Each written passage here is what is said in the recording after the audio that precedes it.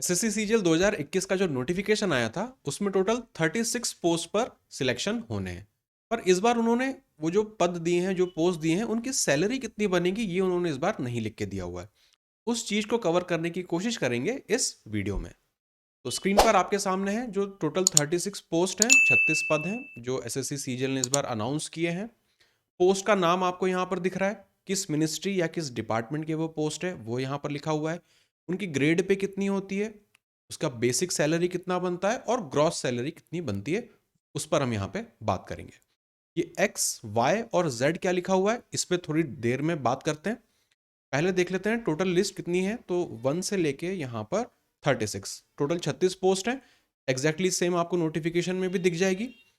अब यहाँ पर बात ये करनी है कि इनकी जो सैलरी बनेगी वो कितनी बनेगी। तो पहले जान लेते हैं कि सैलरी का कंप्यूटेशन किस तरह से होता है। उसके बाद ये जितनी वैल्यूज हैं इनकी सैलरी की सबको फिलअप करके इसका पीडीएफ मैं आपको दे दूंगा। सैलरी कंप्यूटेशन में 4 कंपोनेंट होते हैं जिनसे मिलके आपकी ग्रॉस सैलरी बनेगी। सबसे पहले होता है बेसिक सैलरी। बेसिक सैलरी किस तरह से निकलती है, वो 7th पे कमीशन का एक चार्ट है, उससे मैट्रिक्स से उससे देख के निकलेगी। फिर आता है डीए, डियरनेस अलाउंस, महंगाई भत्ता। फिर आता है हाउस रेंट अलाउंस। फिर आता है ट्रैवल अलाउंस। इन चारों चीजों को जब जोड़ते हैं तब हमें मिलती है ग्रॉस सैलरी। अब इन चारों कंपोनेंट्स को ब्रीफ में समझ लेते हैं। सबसे पहले बात करते हैं बेसिक सैलरी पर। बेसिक सैलरी क्या होती है और वो कैसे निकाली जाती है। बेसिक सैलरी को निकालने के लिए पहले कहते थे ग्रेड पे, आजकल उसे लेवल कहते हैं, लेवल 1, लेवल 2, लेवल 3, इस तरह से। अब ये ग्रेड पे या फिर बेसिक सैलरी कहाँ से हमें मिलती है, उसके लिए हमें रिफर करना पड़ता है 7th पे कमीशन का मैट्रिक्स। उस मैट्रिक्स पे अलग अलग ग्रेड पे के लिए अलग अलग बेसिक सैलरी है, वहां से हमें मिलेगी बेसिक सैलरी। उसे देख लेते हैं। यह है आपका मैट्रिक्स 7th पे कमीशन का। इसे मैं जूम करके आपको दिखा देता हूं। एसएससी सीजीएल के थ्रू 2400 ग्रेड पे से लेके 4800 ग्रेड पे तक की जो पोस्ट होती हैं उन्हें भरा जाता है। तो लोएस्ट है 2400, हाईएस्ट जाता है 4800। यहां पर इसे ग्रेड पे बोलते हैं 1800, 1900। तो एसएससी में 2400 से लेके 4800 तक जाएगा। और इसे लेवल बोलते हैं, तो लेवल 1, लेवल 2, लेवल 3। तो अगर लेवल की बात करें तो 4th लेवल से लेके 8th लेवल तक की पोस्ट भरी जाती है। अब ये जो लेवल के नीचे जो यहाँ पे नंबर लिखा हुआ है, जैसे यहाँ पे 25,500, ये वाला, यहाँ पर ये और ये होता है हमारा बेसिक पे या फिर बेसिक सैलरी। तो जिस बेसिक सैलरी की बात कर रहे थे वो यहाँ से कैलकुलेट की जाती है। आप देखेंगे ये पहले नंबर पर आ रहा है, क्योंकि आप ज्वाइन करेंगे तो आपका जो पहला बेसिक पे रहेगा वो इस तरह से मिलेगा।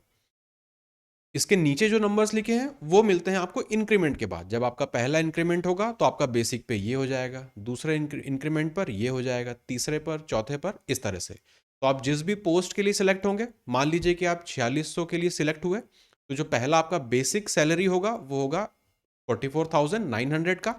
पहला जब आपको इंक्रीमेंट मिलेगा तब आप पहुंच जाएंगे 46,200 पर, दूसरे इंक्रीमेंट पर 47,600 पर, इस तरह से।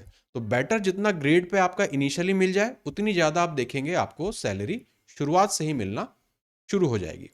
तो ये बात हुई बेसिक पे की या फिर बेसिक सैलरी की। इसे हाईलाइट कर देता हूं। अब बात करते हैं डीए की। डीए का मतलब डियरनेस अलाउंस, हिंदी में कहें तो महंगाई भत्ता। डियरनेस अलाउंस या महंगाई भत्ता जो होता है वो 31% फिलहाल है बेसिक सैलरी का। अभी बात हुई थी कि बेसिक सैलरी क्या होती है, उस बेसिक सैलरी का 31% जो होता है वो एक्स्ट्रा हमें मिलता है डीए।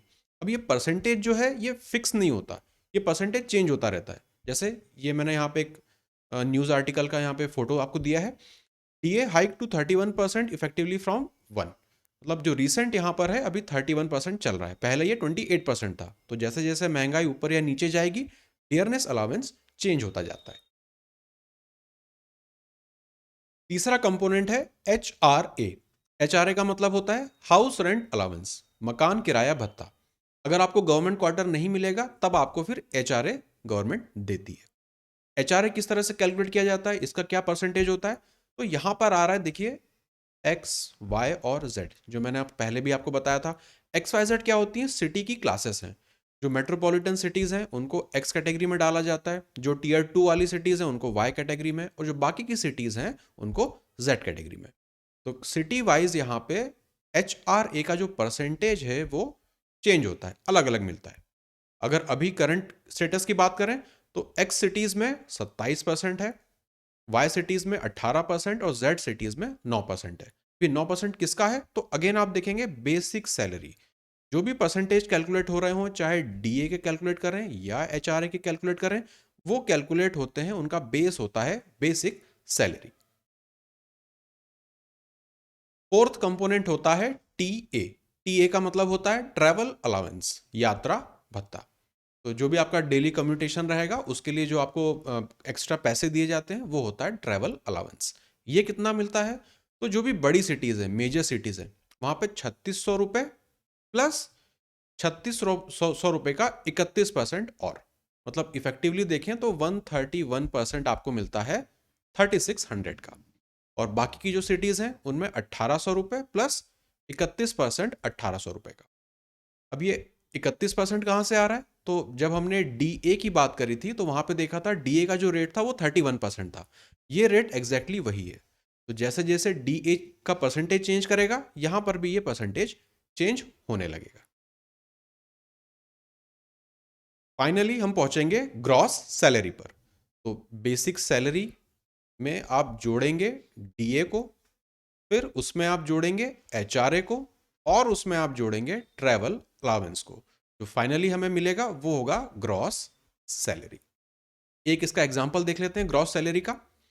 मान लेते हैं कि जो हमारा ग्रेड पे है, यहाँ पे लिख देते हैं ग्रेड पे, वो अगर आपका 4800 वाला है, SSC की जो हाईएस्ट पोस्ट है वो 4800 ग्रेड पे की है। तो उस ग्रेड पे के लिए जब आप 7th पे कमीशन वाली मैट्रिक्स देखेंगे तो बेसिक सैलरी कितनी निकल के आती है? 47,600। अब ये तो बात कर ली बेसिक सैलरी की, ये हो गया बेसिक सैलरी। अब बात करते हैं DA की। तो 31% मिलेगा इस बेसिक सैलरी का, तो 47,600 का 31% ऐड करेंगे। फिर HRA की बात करते हैं, तो एज्यूम कर लेते हैं कि जो सिटी थी वो X क्लास की सिटी थी, तो वहां पर आप देखेंगे 27% आपको HRA मिलेगा, किसका? 47,600 पे, मतलब आपके बेसिक सैलरी पर। इसे भी जोड़ देंगे। आखिरी में TA ट्रैवल अलाउंस, तो 3600 है, मेजर सिटी है तो 3600 होगा, और प्लस 31% उसमें होता है, तो इफेक्टिवली हो जाता है 131% ऑफ 3600। चारों कंपोनेंट को जब आप जोड़ देंगे तो आपको फाइनल वैल्यू मिलेगी 79,924। बहुत अच्छी सैलरी है। तो अगर आप SSC की तैयारी अब कर रहे हैं तो आप देखिए, अगर आप SSC क्लियर कर ले जाते हैं तो आपको कितनी शानदार सैलरी मिलने वाली है। अब यहां पर हम बात कर रहे हैं ग्रॉस सैलरी की। यहां पर एक छोटी सी चीज मैं आपको और बता देता हूं। नेट सैलरी क्या होती है?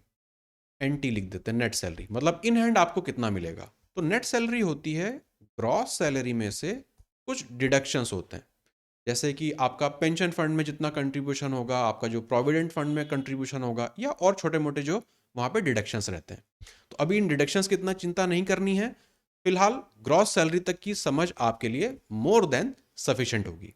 तो जब आपको पहली सैलरी आपकी मिलेगी तो आपका भी इस तरह से खिलखिलाता हुआ चेहरा होगा और यहाँ आपका नाम लिखा होगा।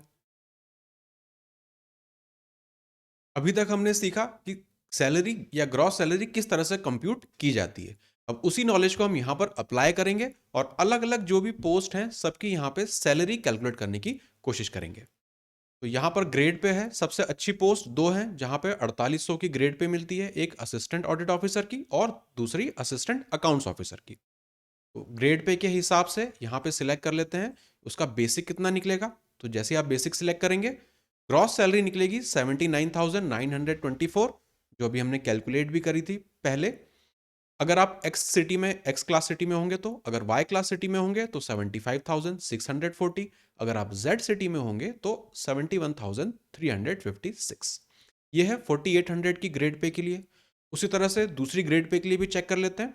अगर 4600 के लिए चेक करें, 4600 के लिए जो बेसिक सैलरी निकलेगी वो होगी 44,900।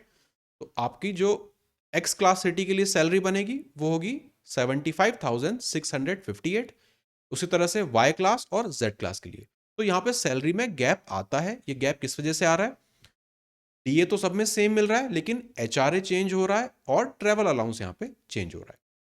और दूसरी ग्रेड पे के लिए देख लेते हैं। जैसे इंस्पेक्टर ऑफ इनकम टैक्स है, तो उसकी भी 4600 ग्रेड पे है। उसमें अगर कैलकुलेट करेंगे तो सेम यहाँ पे सैलरी निकल के आ रही, ये आपकी बेसिक सैलरी थी। और 4200 ग्रेड पे के लिए चेक कर लेते हैं। यहाँ पर है असिस्टेंट अदर मिनिस्ट्रीज में, इसकी बेसिक सैलरी निकलेगी 35,400। तो जो ग्रॉस सैलरी होगी वो होगी 60,648। इसी तरह से वाई और जेड क्लास सिटीज में अलग अलग निकलेगी। नेक्स्ट अगर चेक कर लें ऑडिटर सीएजी में, तो 2800 की वो ग्रेड पे है। इसकी जो बेसिक सैलरी होगी वो होगी 29,200, और जो आपकी ग्रॉस सैलरी बनेगी वो होगी 50,852।